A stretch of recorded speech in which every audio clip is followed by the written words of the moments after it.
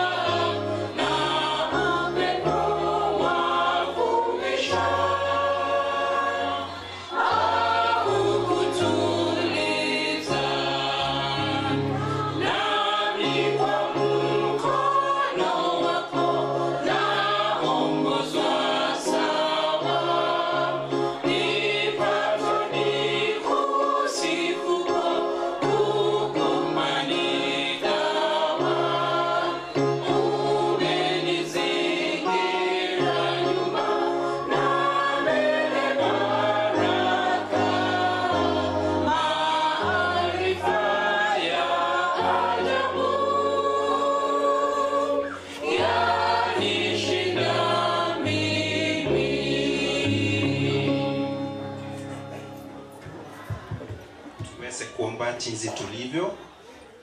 Mtakatifu, mtakatifu, mtakatifu Baba yetu ishiye juu mbinguni, masaa mengine mema tumekuja mbele zako tukilisifu jina lako, maana umekuwa nasi tangia asubuhi ilipoanza. Mungu wetu, tunaamini hakika umetuongoza. Tunaamini hakika Mungu wetu uwepo wako uko pamoja nasi. Sasa kipindi kingine kiko mbele yetu, Bible study. Mungu wangu, kwa njia ya kipekee na mkabidhi mtumishi wako Pastor Undiba anapoenda kusimama kuleta neno lako. Mungu wangu, ukamtumie jinsi ungependavyo. Mungu wetu, maneno yako yaweze kutoka kwako, yaweze kupitishwa kuja kwa watoto wako. Mungu wetu, Roho wako Mtakatifu apate nafasi ndani ya mioyo yetu sisi ambao tunaenda kusikiliza neno lako. Mungu wetu, hakika neno lako litusaidie na kutuandaa kwa ajili ya urejeo wa mwanao Yesu Kristo, maana hivi karibuni Yesu yuaja. Mungu wetu, tunaendelea kuona ishara zinaendelea kutendeka katika uso wa dunia. Jinsi maandiko yako matakatifu yamethibitisha, Mungu wetu, tumeshukuru ya kwamba haya yote yanatendeka kwa wakati wetu.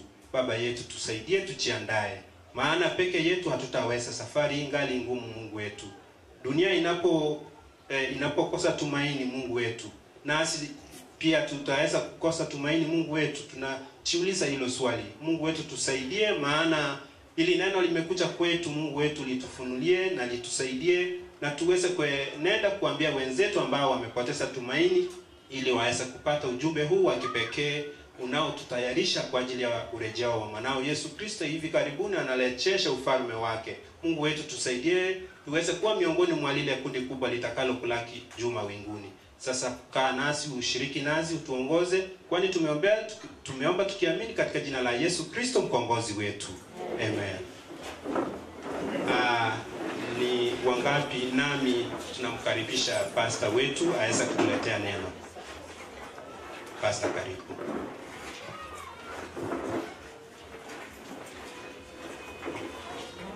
Asante sana.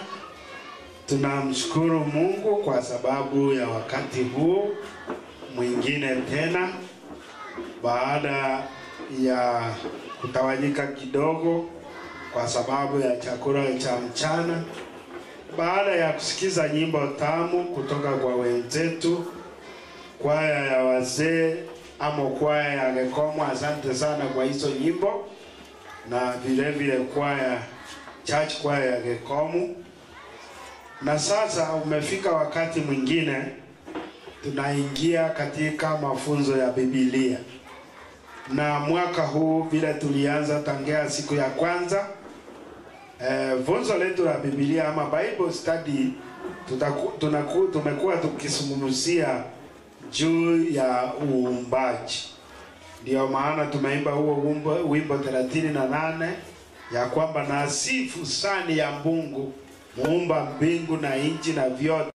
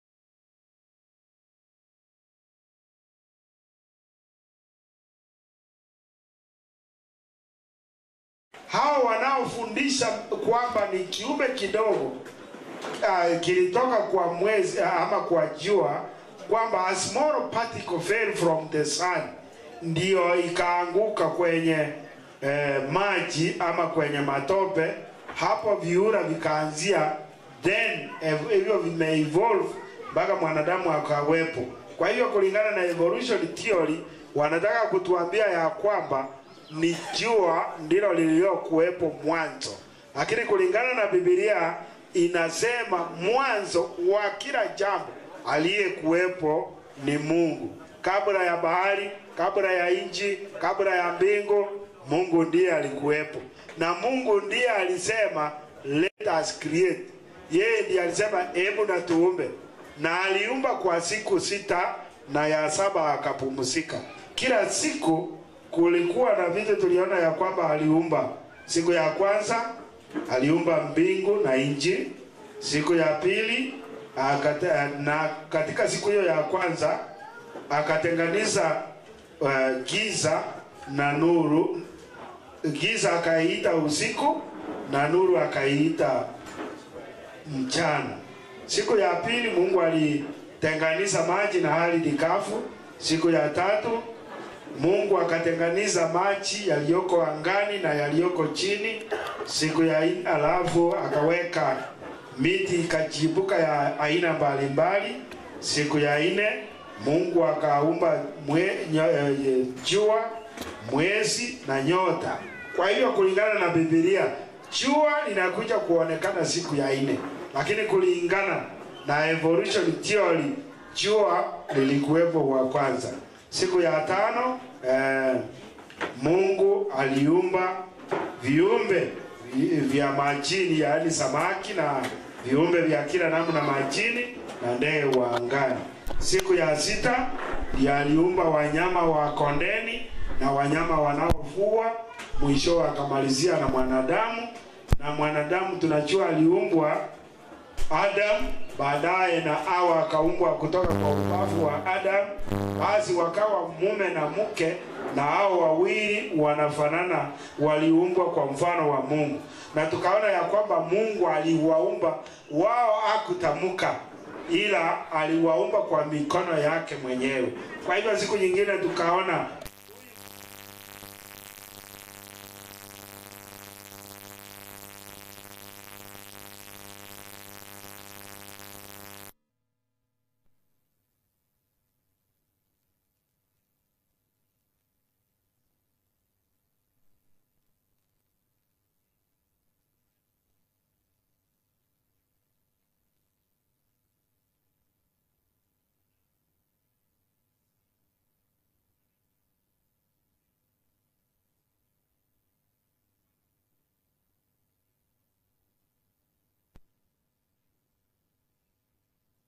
Mungu alisema na tufanye mtu, kuonyesha ya kwamba hakuwa peke yake. Tuliona jana kwamba kuna sehemu ni Mungu mmoja, lakini katika kazi yake ya uumbaji kuna Mungu Baba na kuna Mwana Roho. Mungu ndiye alikuwa tuseme kama chairman, kiongozi. Mungu Mwana ndiye tena neno, ambalo tunaambiwa katika Yohana 1:1 kwamba hapo mwanzo kulikuwa na neno, na neno lilikuwa na Mungu, na neno lilikuwa Mungu, na vyote vilifanyika kwa sababu ya neno hilo ambalo Mungu alikuwa anatamka, let there be. Huyu Mungu Mwana ndiye alikuwa anafanya, na Mungu Roho ndiye alikuwa anatawala juu ya maji, na ndiye anasaidia wanadamu kuelewa yote mapenzi ya Mungu. Jambo lingine tunaona huyu Mungu is a loving God, is a God of love, a God of care, and kwa sababu ya upendo huo aliupenda ulimwengu na hasa mwanadamu. Upendo unadhihirika hata mwanadamu alipoanguka dhambini. Mungu alikuja mwenyewe kwanza katika shamba la Eden kumtafuta mwanadamu, because he is a caring God. Alikuja kwa sababu ya upendo, hakutaka mwanadamu ave. Ndio maana kondoo akachinjwa achukue uhai wa mwanadamu, ili gharama ya dhambi iweze kulipwa. Na baadaye kwa jinsi hii aliupenda ulimwengu hata akamtoa mwanawe wa pekee, Yesu Kristo. Kwa hivyo hiyo inaonyesha tena katika kazi ya uumbaji Mungu watatu walihusika: Mungu Baba, Mwana na Mungu Roho. Katika kazi ya ukombozi Mungu alihusika. Mungu Baba alikuja, aliona, alipanga, akamtuma mwanae wa pekee. Na Yesu alipomaliza kazi ya wokovu na kumfia mwanadamu msalabani, alipoenda mbinguni, kwa sababu yeye ni Mungu anayejali, anasema ya kwamba sitawaacha mayatima, nitawatumia Roho Mtakatifu atakayewaongoza, atakayewafundisha ukweli wote. Kwa hivyo katika uumbaji tunaona hayo yakidhihirika. Sasa bado tunataka tena tuzungumze kidogo kutokana na uumbaji sasa. What is the significance of creation? Sasa tunaona nini? Tunajifunza nini kupitia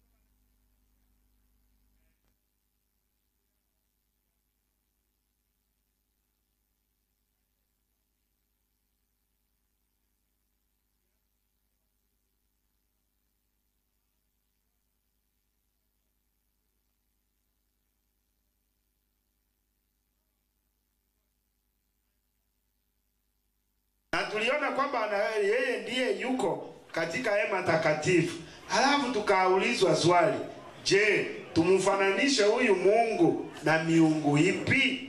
Can we be able to liken God with the idols, ile miungu ambayo tunajifanyia, miungu ambayo badala ya kuumba sisi wenyewe tunasiumba, badala ya kuwa na upendo, maana miungu ile haitakupenda, miungu ile haitakuwa na a caring spirit, haitakujali, maana hiyo miungu ukiondoa, kama unaitoa hapa ukiweka hapa itakaa hapo mpaka ikungoje tena. Haikukufia, hakuna kitu ilikufanyia, lakini Mungu wetu alituumba, alitupenda na ametukomboa. Kwa hivyo uumbaji unatufundisha ya kwamba Mungu muumbaji ndiye Mungu tu anayestahili kuabudiwa. Tulisema, hebu tusome mambo ya Nyakati, Chronicles, First Chronicles 16 verse 24 to 27. Sijui kama msomaji wangu leo yuko. Haya, tuanze mara moja maana tunaenda haraka sasa. Mambo ya Nyakati wa kwanza 16 sura fungu 24 mpaka 27. Neno la Mungu linasemaje? Sijui kama ana kipaza sauti. Okay, twende haraka ama nitasoma Kizungu ikiwa itakuwa ngumu kuipata. Chronicles, First Chronicles 16 verse number 20 24 27. Wahubirini mataifa habari za utukufu wake, Wahubirini mataifa habari za utukufu wake, na watu wote habari za maajabu yake, na watu wote habari ya maajabu yake. Mpaka 27. kwa kuwa Bwana ni mkuu, Kwa kuwa Bwana ni mkuu, mwenye kusifiwa sana, mwenye kusifiwa wa sana, kuhofiwa kuliko miungu yote. na wa kuoviwa kuliko miungu yote. 26. Maana miungu yote ya watu si kitu, Maana miungu yote ya watu si kitu, lakini Bwana ndiye aliyezifanya mbingu. lakini Bwana ndiye aliyozifanya mbingu. 27. 27. Heshima na adama ziko mbele zake, Heshima na adama ziko mbele yake, huyo Mungu wetu muumbaji. nguvu na furaha zipo mahali pake. Nguvu na furaha ziko mahali pake. 28. 27 yatia hapo kwa sasa. Kwa hivyo tunaona anayestahili sifa ni Mungu muumbaji, Mungu wa upendo, Mungu mwenye huruma, Mungu anayejali. Hii miungu yote watu wanazifanyia haina haja, haina nguvu, haina uwezo. Yenye watu wanatakiwa kuhubiriwa mataifa yote waelewe Mungu muumbaji. Na tukimjua huyo, basi mafundisho ya uongo juu ya evolution, juu ya ibada ya miungu mingine itaisha. That's why tumesema that's an antidote for idolatry. Jambo la pili, the significance of creation, ni kwamba kutokana na hilo fungu tumeona kwamba the true foundation of worship is found in creation. Kuabudu Mungu wa kweli ama kuabudu kwa wa kweli tunaupata kupitia kwa kuelewa Mungu muumbaji. Hebu tusome Zaburi 95 fungu la 6.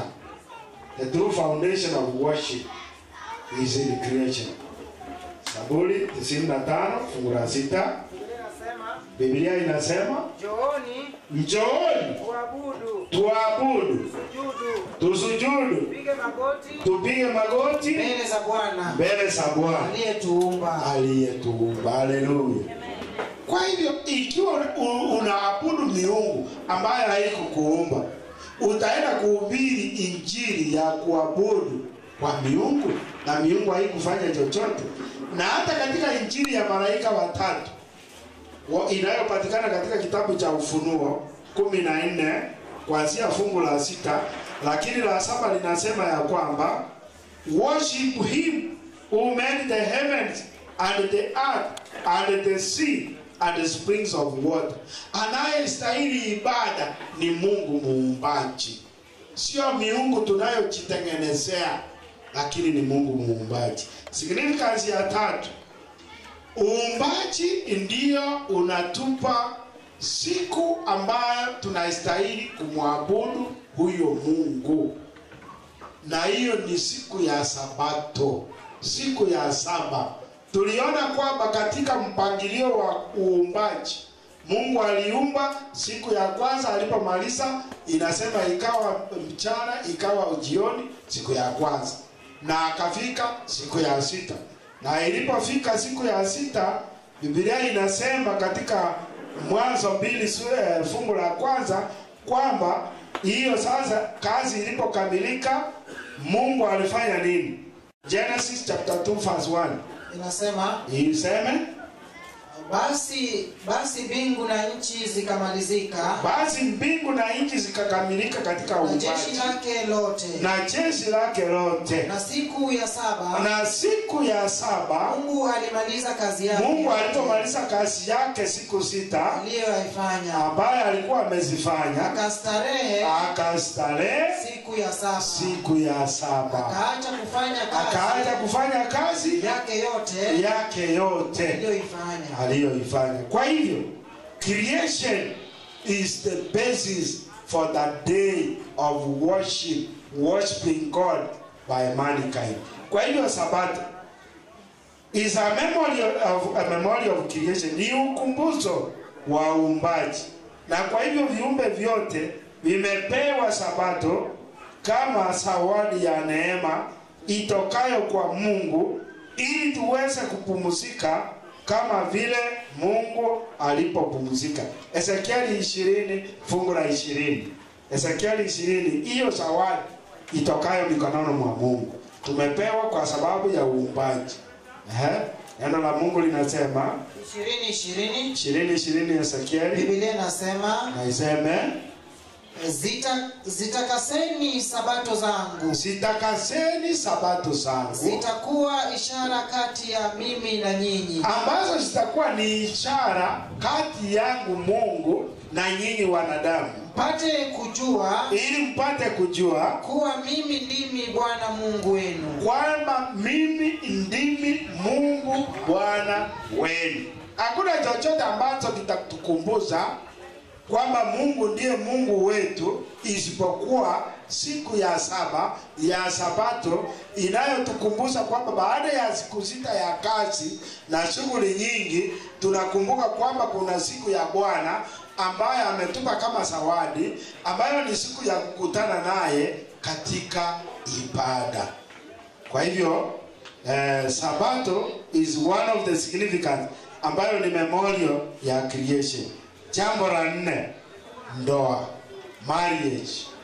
Katika uumbaji tukielewa uumbaji vizuri kwamba tumeumbwa na Mungu, basi mambo ya ndoa yatapewa nafasi yake. Kwa sababu saa hii unaona dunia imechanganyika kuhusu mambo ya ndoa. Kuna serikali nyingi hata zinataka kupitisha miswada juu ya ndoa ya jinsia moja, kati ya jinsia moja, lakini hiyo haipo katika Biblia. Lakini katika mafundisho ya mambo ya uumbaji wa Mungu, Mungu alianzisha the institution of marriage and how it is supposed to be. Katika kitabu cha Mwanzo hiyo 2 fungu la 24, Mwanzo 2 fungu la 24, na hiyo bado iko katika ile maelezo ya uumbaji. Biblia inasema nini? Kwa hiyo, kwa sababu hiyo mwanamume atamwacha baba yake na mama yake, naye ataambatana na mkewe, nao watakuwa mwili mmoja. Kwa nini hiyo?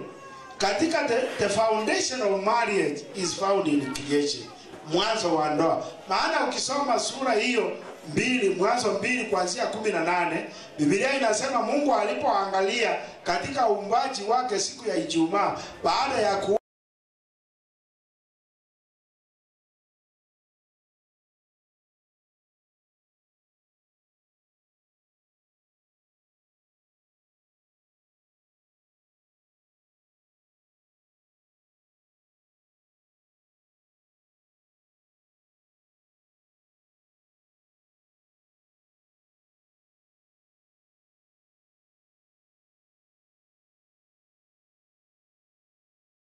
kulingana na Biblia na katika uumbaji sio.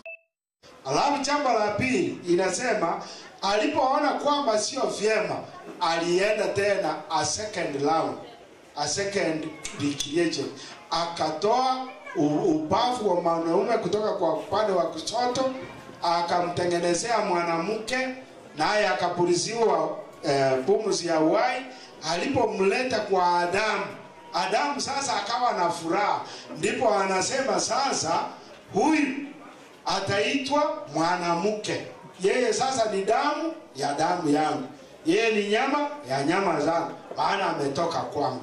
Na ndio maana 24 hiyo fungu ikasema kwa sababu hiyo sasa kuanzia hapo watu ama mtu mwanaume yeyote akifikia umri wa kuoa anajitenga na wazazi wake, yaani naye anaanzisha kizazi chake, anachukua binti wa watu.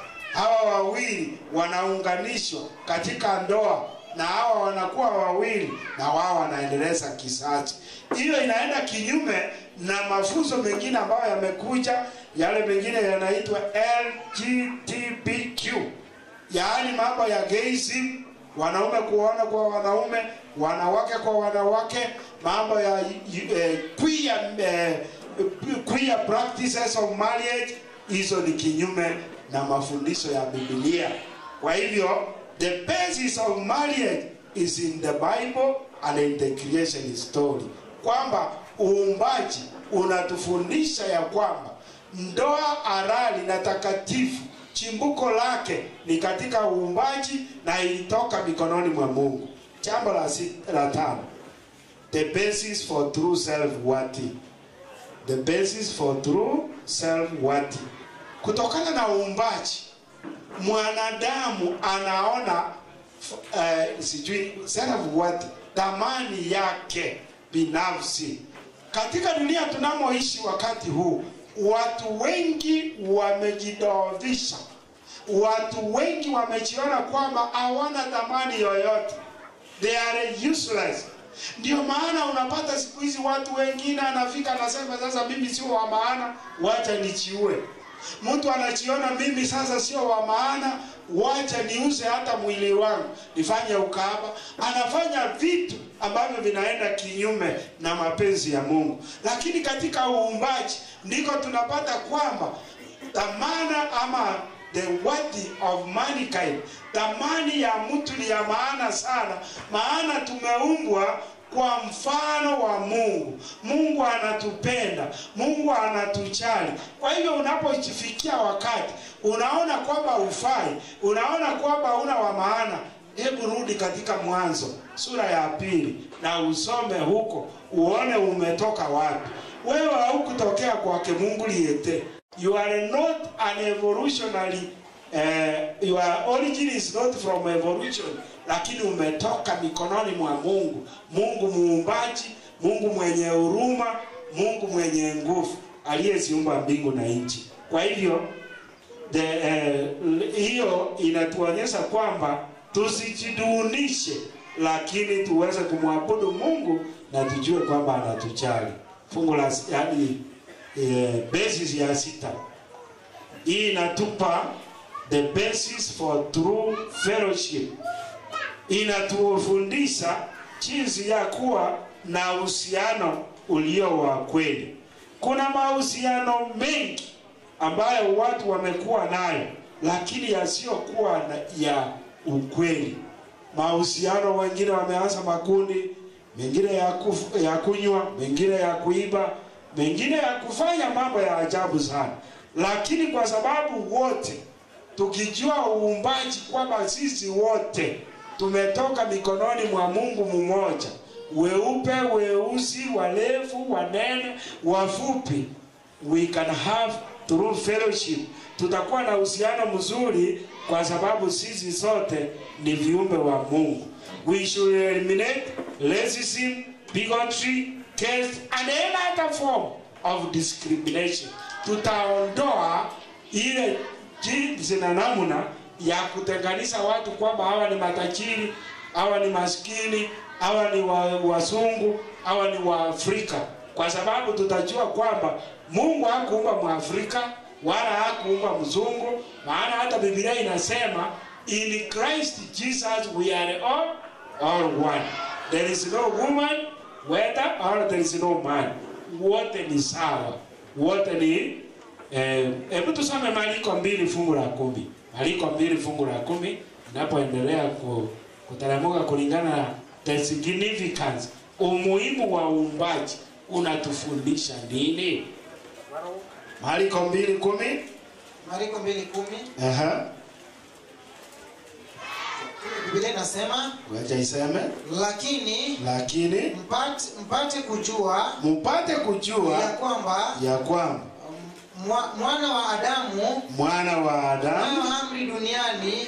Na inasema lakini mpate kujua ya kwamba mwana wa Adamu anayo amri duniani ya kusamehe dhambi. Hapo mwambie yule, hawezi kumwambia yule mwenye kupooza 11. Achia tu hapo. Yaani katika duniani ana amri ya kufanya lolote lile kwa watu wote. Inalotaka kuzingatia ni kwamba we are all one in Christ Jesus, na wote ni wana na binti wa Mungu muumbaji mmoja. Kwa hivyo usije ukaanza kudunisha watu wengine, usije ukaanza kutenganisha watu wengine, lakini tujue kwamba sisi wote tumetoka mikononi mwa Mungu mmoja. Jambo la 7. Kazi ya uumbaji ama mafundisho ya uumbaji yatatusaidia kuelewa mambo ya uwakili vizuri sana. Personal stewardship. Kwa sababu we belong to God, sisi ni wa Mungu, na sisi tuko basi kwa sababu hiyo na sacred responsibility. Tumepewa jukumu la kiungu tuweze kuwa mawakili waaminifu, kusimamia mili yetu, kusimamia mawazo yetu, kusimamia mambo ya imani na vitu vyote na mali yote ambayo Mungu ametukabidhi mikononi mwako. Hiyo tu tutakuwa mawakili waaminifu ikiwa tutaelewa kwamba vyote na yote vimetoka mikononi mwa Mungu aliyetuumba na aliyeumba mbingu na nchi. Alimweka mwanadamu awe msimamizi. Jambo la 8. Katika hiyo stewardship tumepewa Tukielewa katika uumbaji kwamba vitu na vyote ni vya Mungu, then we shall be responsible for the environment. Mazingira ambayo tunaishi tutakuwa tunawayasimamia vizuri, bila kukata miti ovyo ovyo, bila kuua wanyama ovyo ovyo kama pochi na mambo mengi kama hayo. Tutakuwa tunayasimamia, maana katika Ufunuo mwisho huko Mungu anasema ya kwamba atakuja kuharibu wale wanaoharibu nchi, wale ambao wanaharibu mazingira. Hiyo utaipata tu kupitia kwa kuelewa jambo la uumbaji. La 9, digital manual labor, kazi ya mikono, kufanya kazi. Katika Mungu alipomuumba Adam na kumaliza kuumba shamba la Eden na nchi na vyote, alimweka mwanadamu asimamie vyote, awe akilima lile shamba na kulitengeneza na kupata chakula. Hiyo ilifanyika kabla ya dhambi. Wengi wanafundisha kwamba tuna sweat, tunatoka jasho, tunasumbuka kwa sababu ya dhambi. Lakini hata kabla ya dhambi, katika uumbaji, Mungu alitaka wanadamu wafanye kazi ndio wale chakula. Jasho ilikuwepo kabla ya dhambi. Kwa hivyo mafundisho yote yale ambayo yanasema eti kufanya dhambi hiyo ni laana, hujaelewa mambo ya uumbaji. The dignity of labor we get it from creation. La mwisho 10, the world of the physical universe. Hii dunia tunayoishi ni ya Mungu na ni nzuri, maana ilipotoka mikononi mwa Mungu it was good. Sisi ndio tumeiharibu, sio Mungu ameharibu universe. Sio Mungu analeta tanda na nini, ni dhambi. Haya maafa yote tunayoona, kama juzi tulipoona mafuriko, barabara zikakatika, mvua ikawa nyingi, wakati mwingine kiangazi inakuwa nyingi, hiyo imekuja kwa sababu ya dhambi. Haikutoka mikononi mwa Mungu ikiwa hivyo. Lakini hayo yote, habari njema ni kwamba katika Ufunuo 21 tena nikaona mbingu mpya na nini, na nchi mpya. Ikitoka wapi? Mbinguni kwa Mungu. God has a plan of recreating this world. Anataka kurudisha nchi katika hali yake ya kwanza huko uumbaji. Anataka kufanya vitu vyote viwe upya. Kifo na mauti havitakuwepo, ndoa haitakuwa na mambo haya, shida hizi zote ambazo tunakuwa nazo. Ibada itarudi ya kumwabudu Mungu, maana tutakuwa tunakutana vile Isaya inasema, sabato hadi sabato, mwezi hadi mwezi, tutakuwa tunamwabudu Mungu. Nani? Mungu. Mungu atusaidie tuelewe somo la uumbaji vizuri, maana hapo ndio shetani ameweka vita ili tusielewe, na ikiwa hatutaelewa hatutamjua Mungu wa kweli, na ikiwa hatutamjua hatutamwabudu, na ikiwa hatutamwabudu hatutakuwa na tegemeo la kesho na tumaini la maisha ya baadaye.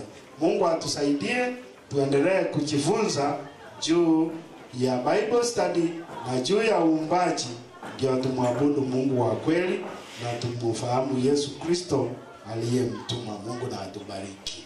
Amen. Baba yetu na Mungu wetu, asante tena kwa siku ya leo. Unataka tuelewe Biblia kwa ufasaha, vile unataka tuelewe ukombozi kwa urahisi. Bwana, shetani ameleta mafundisho mengi ambayo yanaendelea kutukanganya na kufanya watu wako wapotee.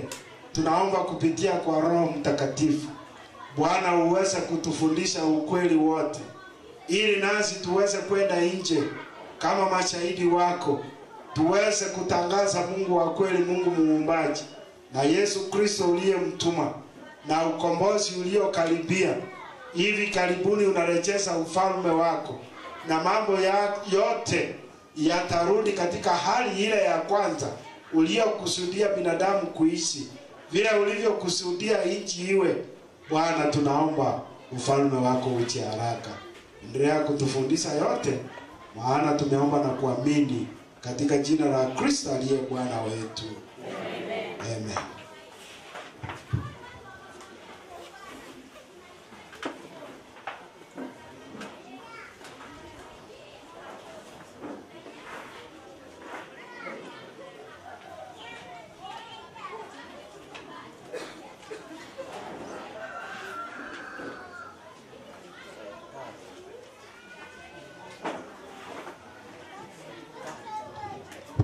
Ndugu katika Kristo na tunawasalimu hamjambo.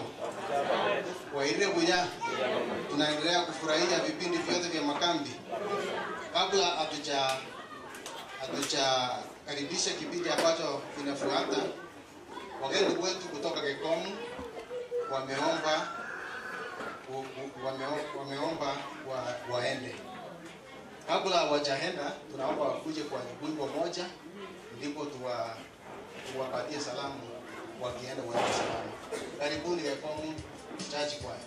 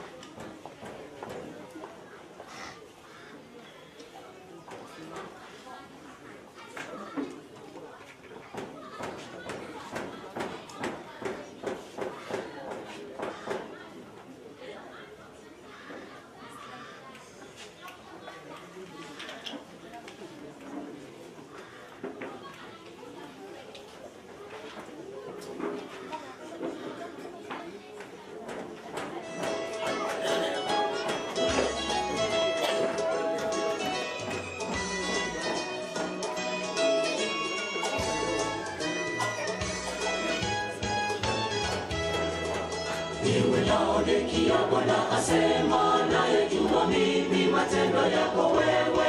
Wewe si moto wala si baridi, wasalia vuguvugu. Matendo yako yadhihirisha. Katika hali hiyo Bwana asema nitakutapika toka kinywani mwangu. Ewe Laodikia, Bwana asema naye jua mimi matendo yako wewe. Wewe si moto wala si baridi, wasalia vuguvugu. Matendo yako yadhihirisha. Katika hali hiyo Bwana asema nitakutapika toka kinywani mwangu. Usidanganyike, kwani Mungu adilakini matendo yako yote ayajua. Kwa kuwa chochote upandacho ndicho utavuna, haki ya Bwana itatendeka. Maana upandaye kwa mwili wako utavuna uharibifu, bali wewe upandaye katika Roho utavuna uzima. Usidanganyike, kwani Mungu adilakini matendo yako yote ayajua.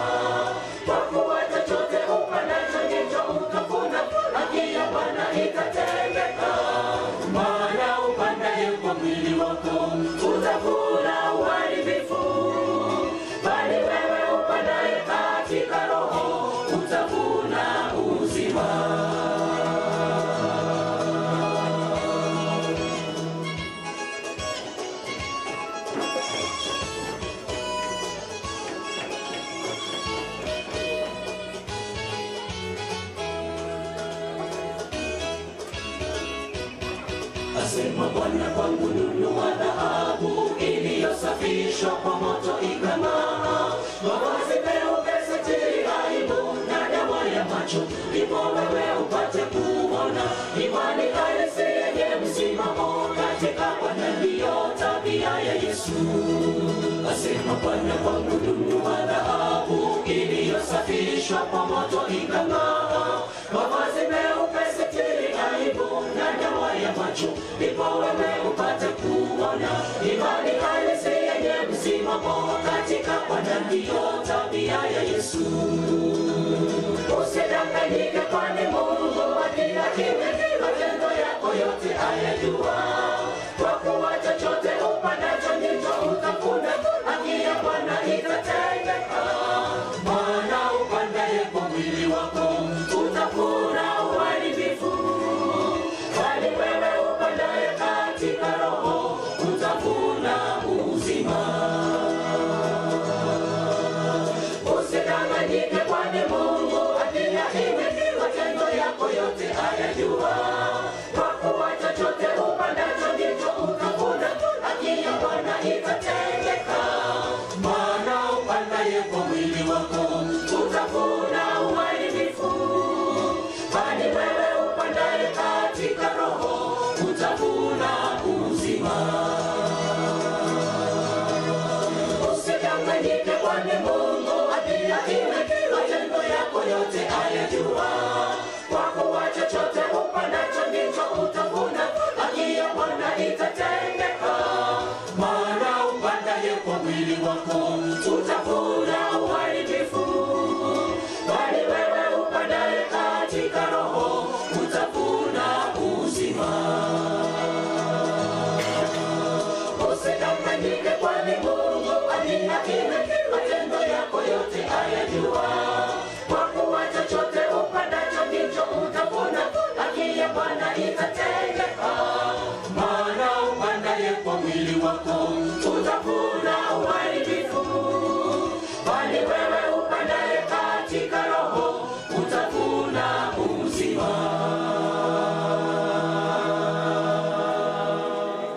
Tunaongeza wimbo mwingine.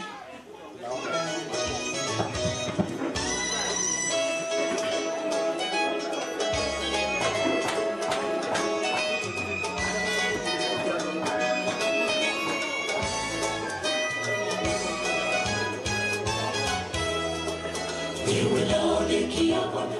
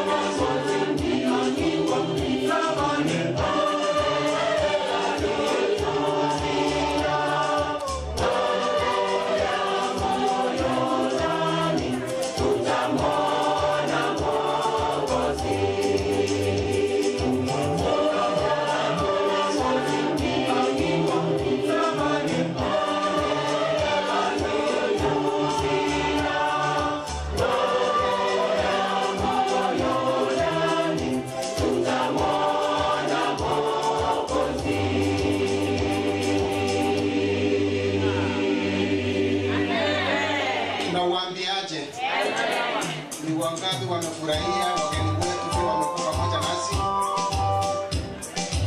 Wapeleke salamu zetu. Asante. Tutaendelea.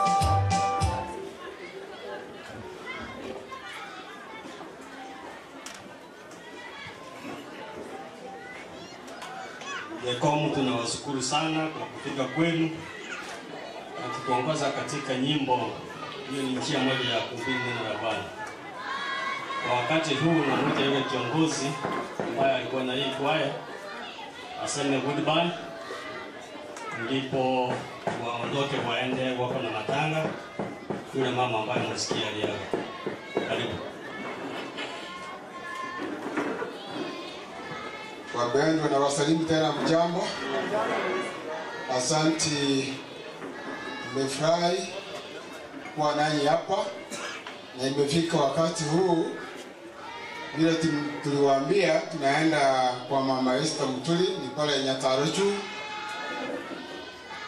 Vile familia najua wako sisi sasa ndio familia ya huyu mama, na ningependa kusema asanti sana kwa sababu tumekuwa nanyi tumepata wakati mzuri, hata chakula tumekula vizuri.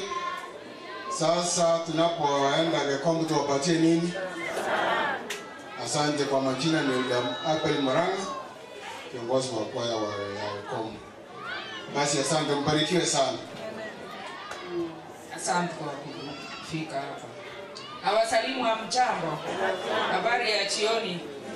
Tusimame na wimbo nambari 86A KKC. Choristers karibu. Stanza moja na la chorus.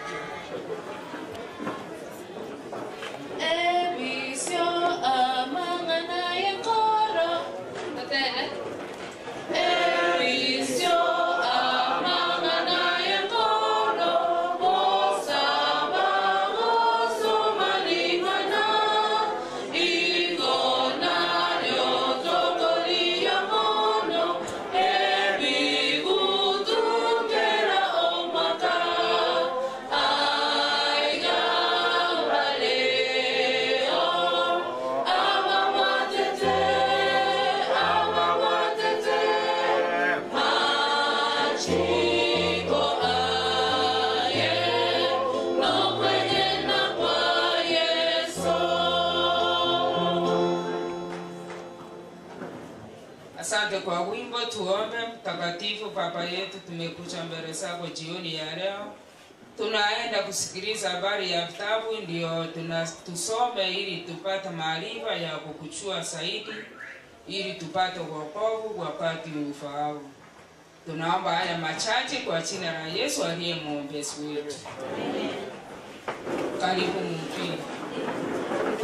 Miyamono, na wakwandili na ende miyamono mwensi. Karibu tena kwa kipindi cha saa hii jioni. Ninaanza na swali. What is the seal of God?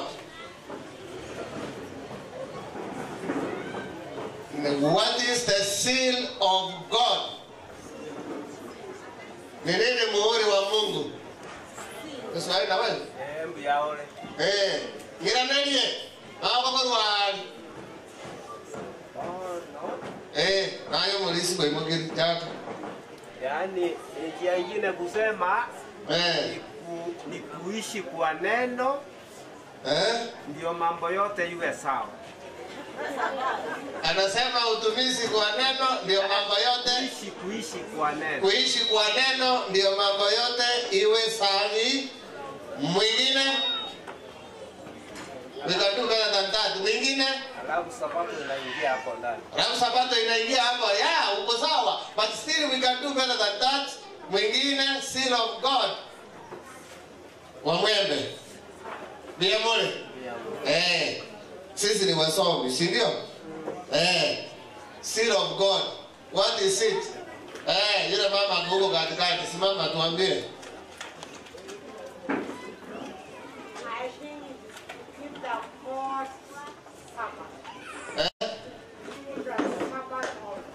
Anasema she thinks is to keep the Lord's Sabbath. Hiyo mwenzetu alisema I want somebody mwenye sasa anaenda past that. Na nimesema sisi ni Waadventista, we can do better than that. Hata mmesema ni majibu, lakini nataka uanze kujiuliza, je, ikiwa unatunza sabato peke yake lakini wewe ni mwizi, eta isigo ukoli mno ukolia, sabato nalio kwa ngende biashara. Je, okay, sabato umesema unatunza, sawa. Lakini nomoro gioni. Sabato unatunza vizuri. Lakini nomoro utapokea the seal of God. Hello, will you receive the seal of God? Ndio sabato unatunza lakini wewe ni mchawi. Utapokea hiyo the seal of God. Mbona mnanikataza? Si mmesema ni sabato? Ndio wewe mwanadamu. Sasa mbona mnanikataza? Lakini si unatunza sabato? Na vizuri sana. Unaanza kupika Ijumaa ikifika saa 11 kila kitu umewacha, au piki au fanyi anything. Sabato asubuhi saa 2 uko hapa na unaimba vizuri. Ayeskuru yesabato abajua manene mumechelewa tumeanza. Wewe uko wapi? Na hii sabato ya Bwana na unaongea ile spiritual angle. Unajua ile kuongea spiritual angle. Watu wakisikia wanasema huyu naye saba alikula wapi?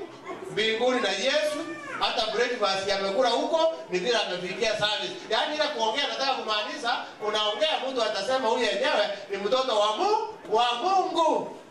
Lakini oromoriani hiki hata unaibia watu. Mambo ya hadi oromoriani hiki hata wamesikia hiyo. Wewe ni muizi. Hapo ngenge hata unasengenya watu. Will you receive the Sabbath seal in your forehead? That's why I told you we can do better than that. Sisi tutafanya better than that. What is the seal of God? Habakkuk. Saidia hiyo. It's settling in the truth. Intellectually and spiritually, so that you cannot be moved from there. Amen. Settling in truth, both intellectually and spiritually, such that you cannot be moved. Hauwezi tingishwa, yaani kukaa katika ukweli kwa kujua na kwa kuishi katika hiyo ukweli. Ndio sababu nilikubali vile mwenzetu alisema hapa, alianza William alianza na hiyo na nikakubali, lakini I wanted more than that, kwamba hii ukweli unaielewa, ukweli wa Sabato ndio, lakini ukweli wote, inasema ukweli wote, sio ukweli mmoja. Kuishi katika hiyo ukweli wote.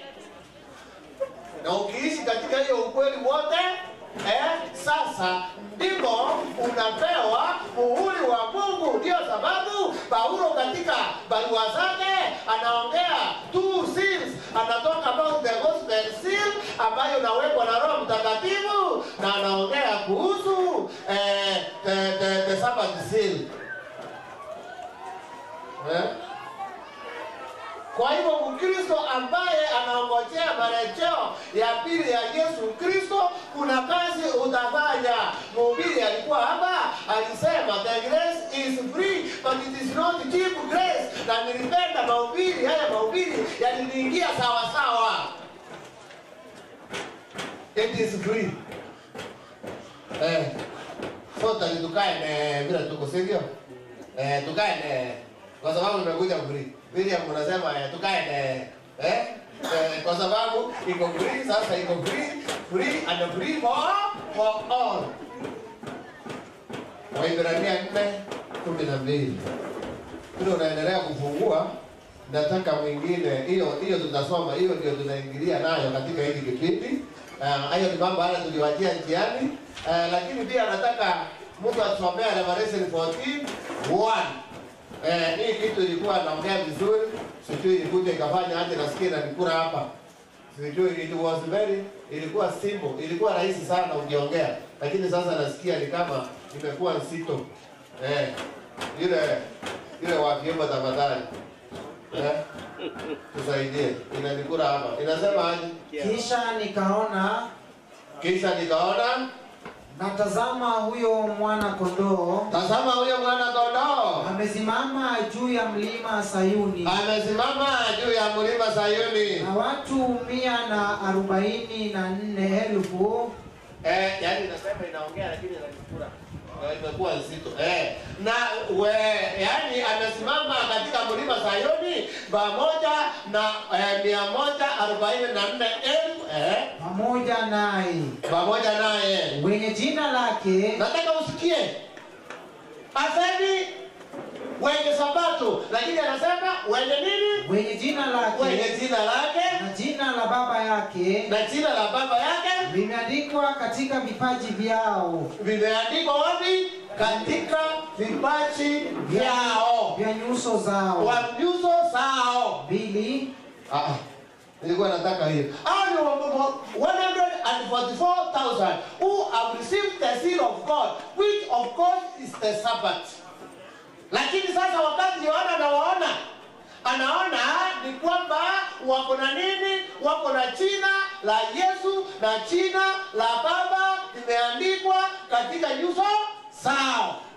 Nafikiria ingekuwa ni wewe ama Mumembe, you are expecting to see the name imeandikwa the seventh day Advent is Sabbath. But sio hiyo, imeandikwa jina la Baba na jina la Mwana. Hiyo inakufundisha nini? inakufundisha kwamba what is the name of God? Is his character. Wakati Musa walikuwa wanauliza jina lake, alipita akajitangaza. Akatangaza jina lake, alitangaza aje? Lord, gracious Lord, long suffering, nini? Yaani ni tabia yake, his character. That is why Mama Wengi anasema kwamba when the character of God will be formed in his children, he will come for them. Yani when the character of God will be, the character of Christ will be reproduced in his church, he will come for his church. Sasa hapo ndio sabato inaingia ndani katika hiyo Waebrania weka. Ndio sabato inaingia ndani katika kitabu cha Exodus 31:13. Nayo nisomee 31:13. Unajua hivyo nimemaliza, nilikuwa naongea kuhusu vitabu tatu. Nilikuwa naongea kuhusu hiki kitabu kinaitwa haya mambo. Utayasoma vizuri. Promise Explained. Najua mengine ataweza kuwa mgeni kwako kwa sababu maybe haujaiona. Na nilikuwa naongea kitabu inaitwa The Forgotten Rest. Haya mambo yako hapo. Na kwa kitabu kidogo imeandikwa na mwandishi mzuri sana anaitwa Mark Finley. When God said remember. Nisomee hiyo Exodus. Sasa hapo ndio sabato inaingia automatic. Lakini sikia vile sabato inaingia. Nataka usikie vile sabato inaingia. Unajua tulikuja tukakaa wengi wetu tumekaa. Vile Wayahudi walikuwa wamekaa, wanasema sisi ni watoto wa Abraham. Mimi ni msabato na mimi ni kiongozi na mimi sasa nimefanya hii kazi miaka mingi. Mimi ni mhubiri. Kwa hivyo najua niko sawa. Na hapo sasa kitabu kingine inaitwa Nicodemus inaingia ndani. Hao ndio hao walikuwa wanasema tuko sawa. Kwa sababu mimi ni Mwadventista, nimekaa kanisa miaka mingi na hapa kile nimenunua shamba, nimefanya mraudisha mwenyewe. Mraudisha mwenyewe.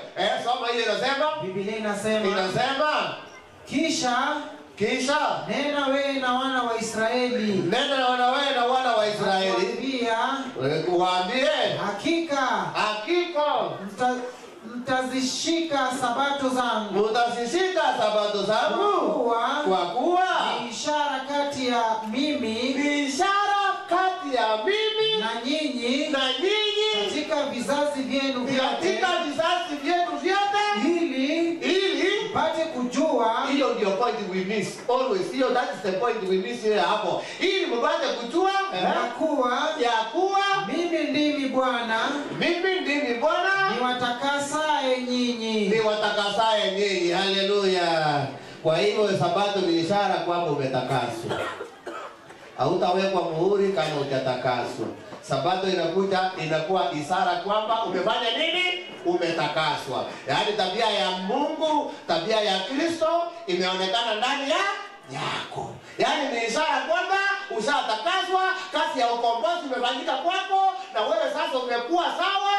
Hata ile final test ikikuja unasimama kwa sababu aliye ndani yako sio wewe, lakini nani yako ndani yako? Ni nani? Ni Kristo. Vile Paulo anaimba akisema sasa sio mimi lakini ni Kristo ako ndani yangu. Hiyo ndio ujumbe uko katika hizi vitabu ambaye nimekuambia. 4 of them. How do you miss these books? Lakini sio hiyo. Kwanza kuna mambo nilikuwa naongea. Kuna mambo. Nani alianza hii kazi ya uchapishaji? Kazi ya publishing. Hiyo ndio my main point leo hii. Na what is the main purpose ya hii kazi? Hii kazi ya publishing. Who is the initiator of publishing? God mwenyewe, Mungu mwenyewe ndio alianza hii kazi ya publishing. Inasemaje Yohana 1:1? Inasemaje? In the beginning there was the Word. The Word was God. And the Word was God. All scripture is inspired. Yaani maandiko yote yametiwa pumzi na Roho Mtakatifu. Yako huko kukuelimisha, kutengeneza mtu wa Mungu ili awe mkamilifu. Ndio inasema. Lakini sasa ile Waebrania 4:12 nisomee sasa. Ndio tumefika hapo. Inasema maana neno la Mungu ni hai. tena lina nguvu ukali kuliko upanga. Tena lina ukali kuliko upanga. Wote ukatao kuwili. Ambayo hiyo upanga inakata kuwili. Tena lachoma hata. Tena inachoma hata kuzigawanya nafsi na roho. Kuzigawa nafsi na roho. Na viungo na mafuta yaliyomo. Na viungo na mafuta yaliyomo ndani yake. Ndani yake. Tena li jepesi. Tena li jepesi kuyatambua mawazo na li jepesi kuyatambua mawazo ambayo yako ndani. Na makusudi ya moyo. Na makusudi ya moyo. I wish you were reading kitabu tunaitwa Acts of the Apostles, ikidescribe Christ, ikimuongelea Kristo katika chapter 1 of Acts of the Apostles, yani chapter 1 of Revelation, katika chapter ile ya mwisho ambayo inaongelea kuhusu Revelation. Uone vile mwandishi wa hiyo kitabu anaongea kuhusu Kristo, anasema is the word of God double edged.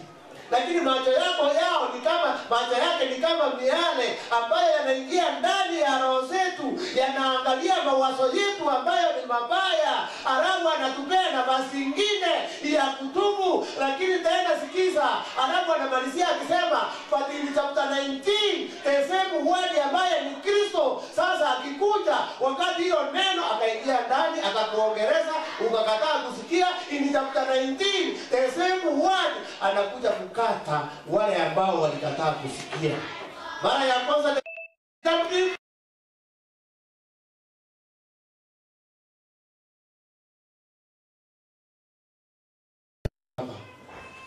ni wakati, tuko na wakati sasa kusikia hili neno.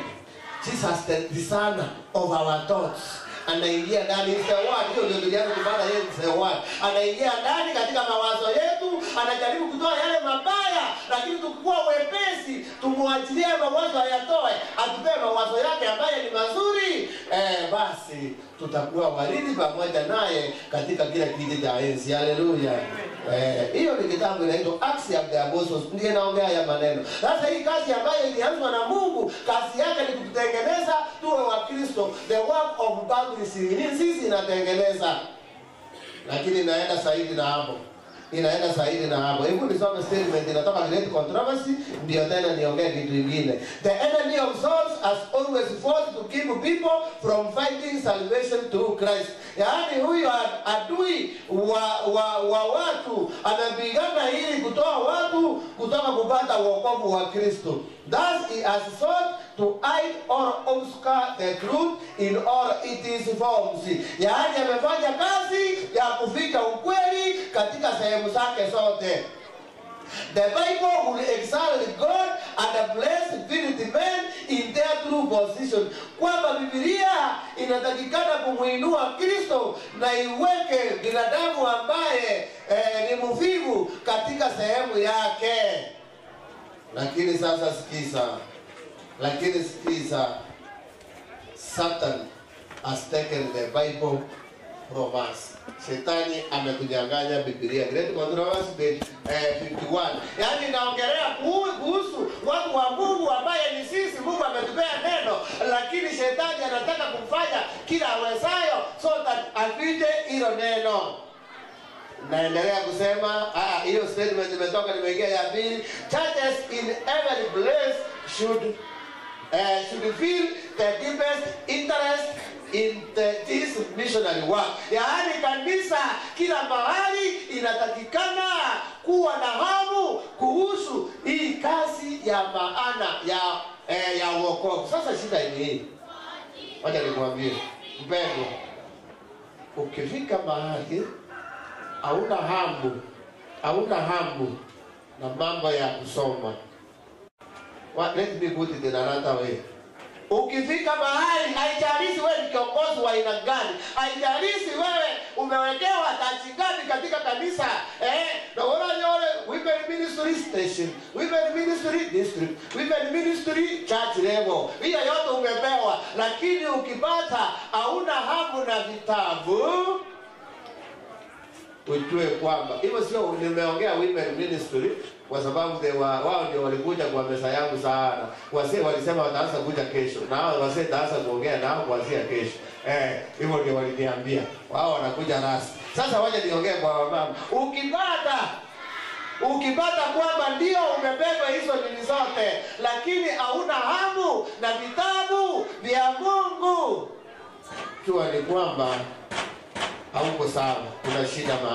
Kuna shida mahali. Ni wakati wako wa kutubu. Ni wakati wako wa kuambia Mungu, there is something wrong in me, please do something, nifanyie kitu fulani.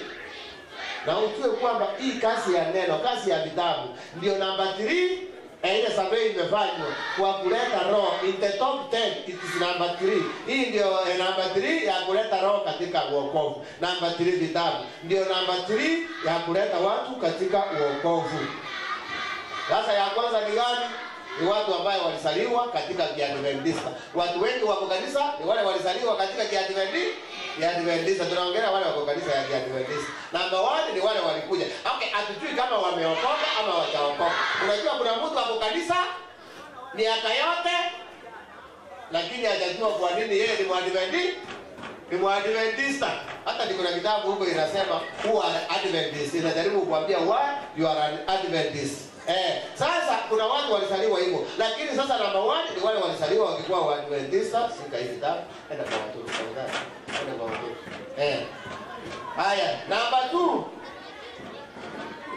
wasikia kama mbili hajaingia hapo. Namba 2, through friends or relatives. Watu wengi ambao walikuja kupitia kwa friends ama relatives. So namba 3 sasa inakuja mambo ya literature, evangelism.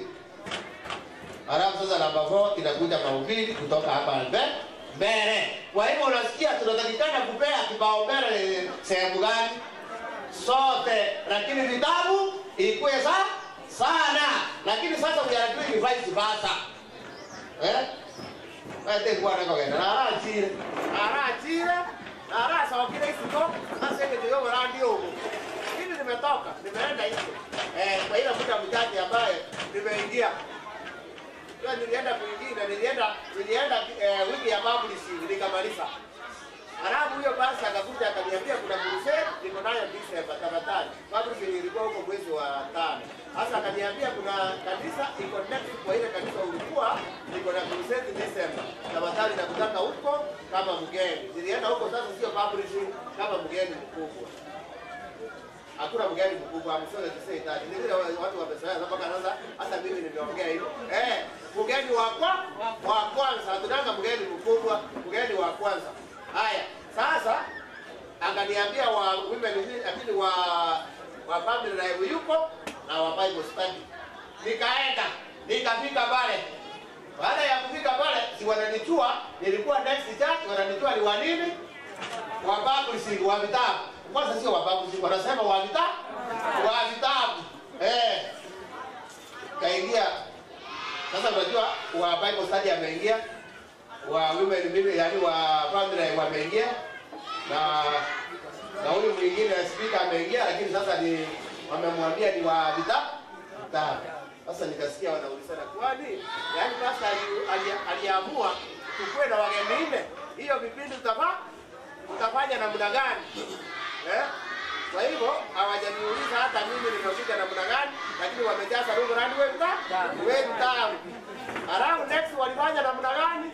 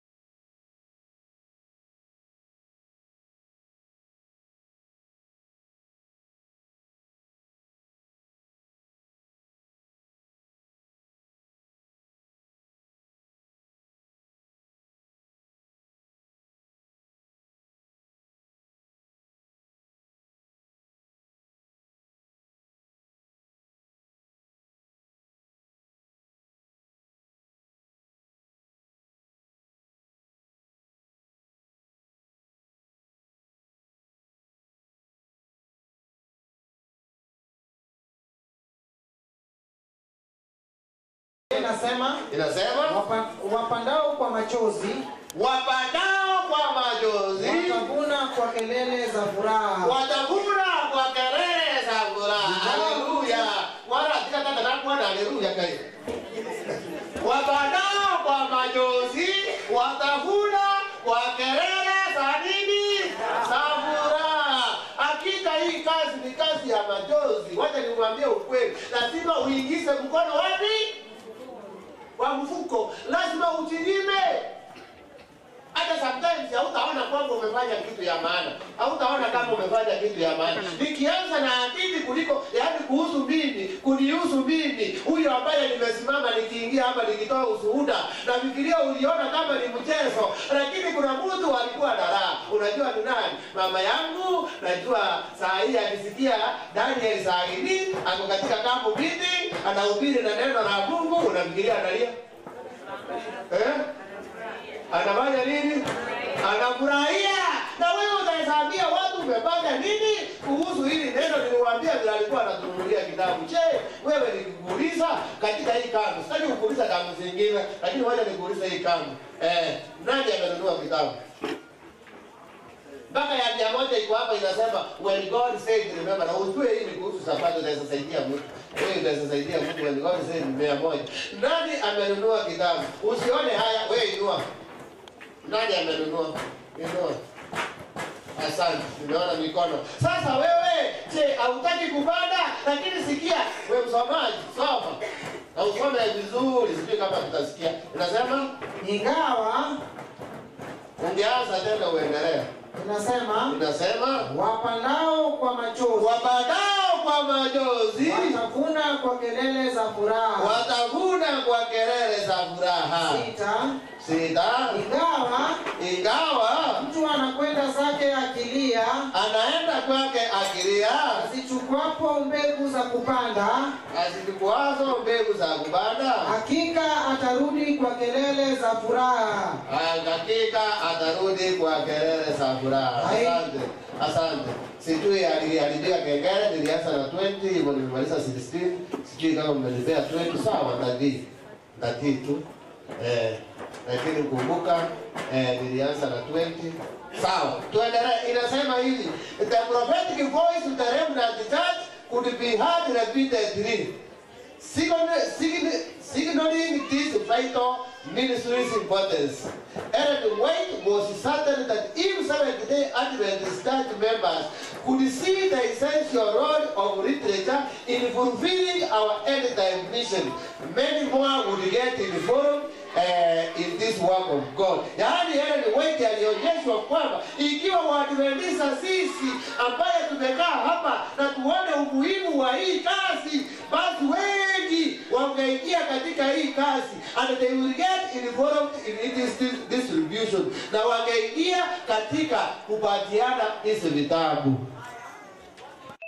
Ukisema distribution hatumaanishi ufanye hii kazi uanze kufanya evangelism kama nafanya, lakini pia ukitaka kufanya utafanya. Lakini distribution kulipi, unatoa pesa yako, unanunulia mtu kitabu kama hii ya youth, unaona kuna huyu youth ambaye ako na shida.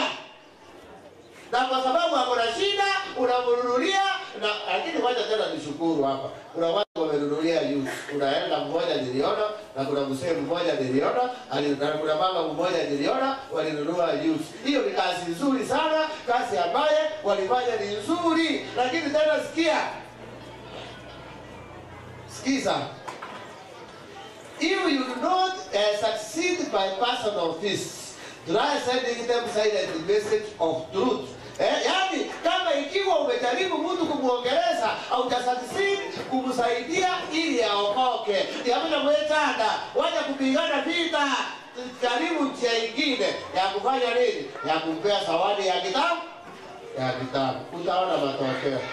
Mimi kuna mmoja nimefanyia hiyo, na hakika niliona matokeo. Nilikuwa ninaenda kumwambia, ananiambia ninajua unaongea kuhusu sabato. Hiyo sitaki. Nikapata kitabu inaitwa He is Coming. Hiyo kitabu He is Coming nikanunua. Ilikuwa 50. Nikampea huko Nakuru. Miaka ilipita mingi sana. Nikakuja nikaenda hapo Nakuru Kaptembo. Kuna kanisa hapo. Kufika hapo, unajua ni nini? Nilishangaa kupata kama mmoja wa wasee. Wasee wakani basi kuamini macho yangu. Hakika sikuamini. Huyu alikuwa ananikataza mambo, isitaki niambie mambo ya Sabato. Yeye alinikataza kabisa, tukawaachana. Lakini tukaenda kuna wakati kuna sherehe ilikuwa stadium. Tukaenda hapo. Alafu wakati tulikuwa hapo ilikuwa ni Sabato, kuna vitabu ilikuwa hapo ya Iskadi tukapewa. Nikamletea kama zawadi. Hakika baada ya miaka mingi wakati nilienda nilipata ni Sabato. Na hiyo neno alipokea. What have you done? Utahesabia watu wewe katika maisha yako literature ambaye inakuja kambi kila kambi. Inakuja week of revivals inakuja. What have you done? Utahesabia watu umefanya nini? The importance of the canvassing work is kept ever before me. Anasema hii kazi ya ubiri wa hii ya publishing ilikuwa inawekwa mbele yake. Huyu ni mama wetu kila wakati. Ilikuwa inawekwa mbele yake. This work has not of late at the line introduced into it that was once given by the agents who made it their speciality. Yani hii kazi haitapewa ile nguvu ilikuwa inapewa. Nilikuwa kijana, nilikuwa ninaona wakati wa vitabu inafika, ninaona wasee wa kanisa wanasimama, wanaambia washiriki, tafadhali tushirikiane, tununue vitabu kwa sababu zitatusaidia kama kanisa ikue. Mabasa wanasimama wanasema tafadhali tununue vitabu. Hata wengine wanatoa pesa. Nilikuwa ninaona vitabu, hata mimi kuna vitabu nilipationa. Basi anatoa pesa anasema, ama henda anatoa pesa anasema nani ataongeza huyu kijana apate kitabu kutoka hapa mbele. Ndio huyu mama anasema hii kazi ilikuwa ikifanywa hivyo, lakini anasema alionyeshwa kuna wakati washiriki wa Bwana watarara. Na hii kazi haitafanyika vile inatakikana ifanyike. We have been called yani wacha nisome statement ya mwisho kwa sababu nimeona huyu mnenaji ameingia. Kwa hivyo nataka kusema be prepared to share literature every day. Choose a pocket on your person. Yani chagua mfuko wako or in your purse ama katika handbag yako for auditing literature. Yani tuwale ekeonde kukoveka wawe kama mafuta yo kweyaka. Sasa nimeenda software wala wasikizi tu watafanya wawe kama mafuta yo kweyaka wawe keke chanuo wawe na kwere wawe ka na wajende kwere tissue na katawe kabla kwa baragendo keke wawe ka ele wapa nyoromo to gari kwa baragendo kwa mwapata. Nilikuwa nasema kwamba ukikuwa na bagi yako sasa wewe ukisema beba vitu yako vile ninaona umebeba, lakini wewe unabebanga vitu unabeba na kitabu unafanya nini? Unaweka, alafu ukipata mtu bali unaona kuna hitaji unafanya nini? Unampea. Na Bwana asifiwe. Amen. Ukuje kwa mesa afikiria nimebakiza lesson 2 kwa hii baada hii ilikuwa publishing, haikuwa book promotion. Ndio utaona sitafanya book promotion, ilikuwa ni publishing. There's a difference between publishing and there's a difference between book promotion. Wale walifikiria nakuja kufanya book promotion, hapana, nilikuwa nafanya publishing. Na Mungu awabariki.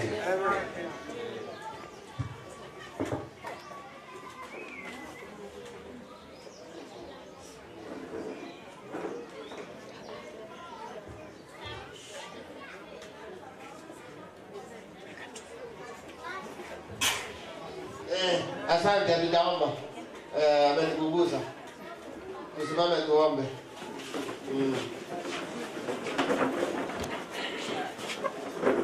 Asante Baba. Tumeongea neno lako. Najua kuna mengi ulikuwa unataka tuongee, lakini kwa sababu ya wakati hatukuongea. Tunaomba kwa wakati wako uyaweke vile wewe ulikuwa unataka. Lakini kwa yale machache ambayo tumeongea, tunaomba kwamba ufanye mapenzi yako ili atusaidie tukue kama kanisa la mwisho, kanisa ambayo umeita lifanye mahubiri Baba, ili wote tuende nyumbani. Tumeomba kupitia kwa jina la Yesu Kristo mwombezi wetu. Amen.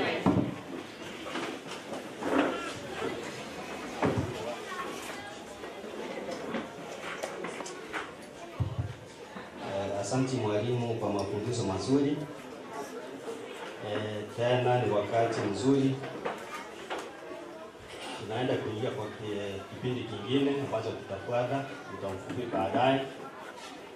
Lakini kwanza naomba Collins akuje na wimbo namba 130. Na tutasimama tukiimba ndio tunyooshe miguu kidogo.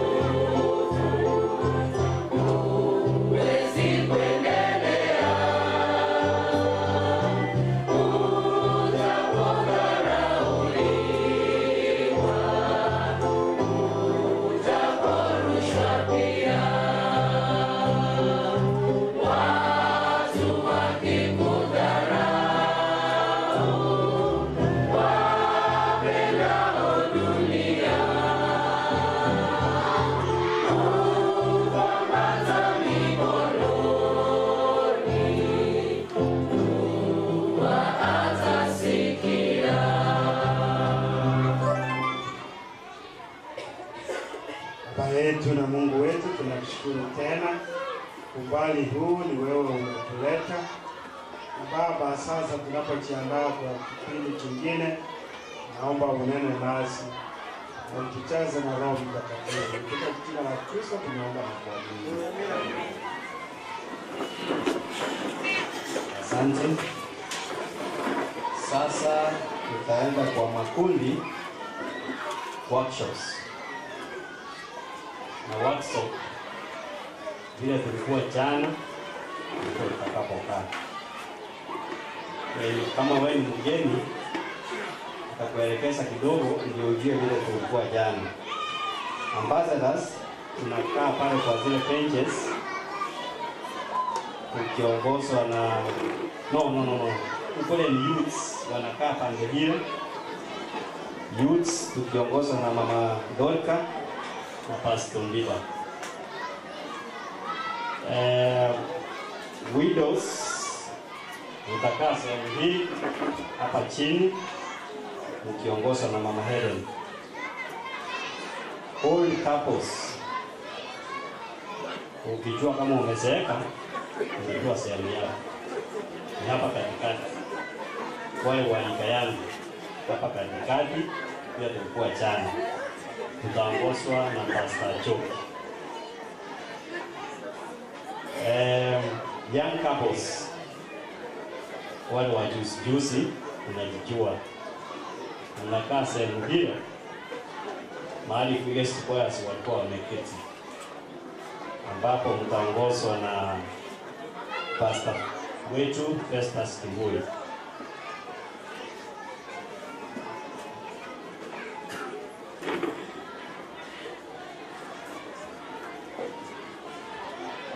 mzee ananikumbusha ya kwamba young couples, kama ulifanya harusi jana mpaka umefika miaka 15 ya young couples, ulifanya harusi na uko katika ndoa, tunataka usaidia. Ambassadors tunaenda huko ndani kwa boardroom, tutaongozwa na Filemon Kiage wakisaidiana na Wilson Atei. Kwa young couples nilisema ni Festus Kibui ndiye atawapeleka. Kwa hivyo Pastor wetu akizungumza kidogo, tutaenda kwa hiyo makundi, alafu tutarudi baadaye kwa sermon. Asante. Bwana asifiwe tena. Ni tangazo. Saa hii hatuna mafundisho, tutaendelea na stewardship kesho, lakini nataka kuwakumbusha ya kwamba baada ya kusikiza haya yote, unajua hili ni chuma la makambi. Tumetangaziwa mchana ya kwamba kambi yetu katika matoleo tuko mbali sana, na mjue Biblia inasema kwamba tuendapo mbele ya Mwenyezi Mungu tusifanye nini? Tusiende mikono mitupu. Na tumai leo tulitoa, na kesho ndio kilele sasa. Baada ya kusikia mambo haya yote katika Matendo ya Mitume 4, wale watu walipohubiriwa wakajazwa na Roho Mtakatifu, fungu la 32 Biblia inasema, now the full number of those who believe were of one heart and soul, and no one said that any of the things that belonged to him was his own, but they had everything in common. Waliposikiza habari hii na ujumbe huu, na walikuwa wamejazwa na Roho Mtakatifu, wakasema kumbe Mungu ndiye muumbaji, kumbe vitu vyote ni vyake, na anahitaji tulete saka na sadaka katika nyumba yake, ila anavyosema katika Malaki 3 fungu la 10 kwamba leteni saka kamili na sadaka na mazao mengine. Kwa hivyo kesho, baada ya kumaliza mambo ya stewardship, baada ya family life, tutakuwa na soko kubwa ila ambayo haijawahi kuonekana. Lete kila kitu, kuanzia ng'ombe, pesa, mazao ya shambani, ili tumshukuru Mungu wetu kwa vile ametubariki. Kuna wakati mwingine nilienda huko kwa kina Kibui, huko chini nilienda kambi huko kwa wachache, na wote walikuwa wanakaa, lakini hata hivyo huko ndio niliona watu wazee. Niliona mtu miaka 15, lakini kila mmoja, mwingine alikuwa anakuja na jiwe, yaani yai, mwingine analeta hata sorry. Sasa hiyo ni mayai, sio jiwe. Walileta mayai, sorry. Walileta kulingana na uwezo wao. Huko mvua haikuwa inanyesha. We thank God that he brought the government of devolution. Saa hii kuna maji huko wanafanya irrigation. Na kwa huko ndio nilikula githeri. Unakula githeri jioni, githeri breakfast, githeri lunch. Mpaka nikaanza kuwafundisha namna ya kupika ugali na kutumia biringanya. Maana nipata biringanya nyingi huko. Nikawaambia wacha tukate hii na viazi, itakuwa mboga. Alafu hapa sisi tumebarikiwa, lakini hutaki kuleta. Unaishi katika ile maisha tunasema unaogopa kesho. Nikitoa, kesho nitakula nini? Nikitoa, watoto wataenda shule aje? Na tuliambiwa, je, thamani yako sio zaidi ya ndege wa angani ambao wanunui nguo, hawaendi shambani, lakini si Mungu anawalisha? Mungu atubariki tunapotafakari hayo. Hebu makambi yetu ya mwaka huu ya Mwembe isije ikawa pasta anatuletea ripoti kutoka kwa conference ya kwamba sisi hatukumaliza boli yetu ya makambi. Wacha tutoe mpaka huko waseme yaani ipite goli hata mara mbili, waje kusema hawa watu wa Mwembe wako namna gani. Mungu atubariki tunapotafakari hayo yale kwa makundi yetu. Haya, tusimame tuombe. Tusimame tuombe tuende kwa makundi. Our Father and our God, we want to thank you for the value of brothers. Thank you for the messages we are continuing to receive. May you find a place in our hearts so that these messages do not come out without any effect in our spiritual life. Because you say, not a single word that comes out of your mouth will go out and not bring any effect. Change us and let us be involved in doing your work, in preparing souls for your kingdom, and also being good stewards. Now as we go to our groups, may you teach us on how to live well and how to prepare for our future in our various groups. Let your will be done. It's our prayer in Jesus' name. Amen.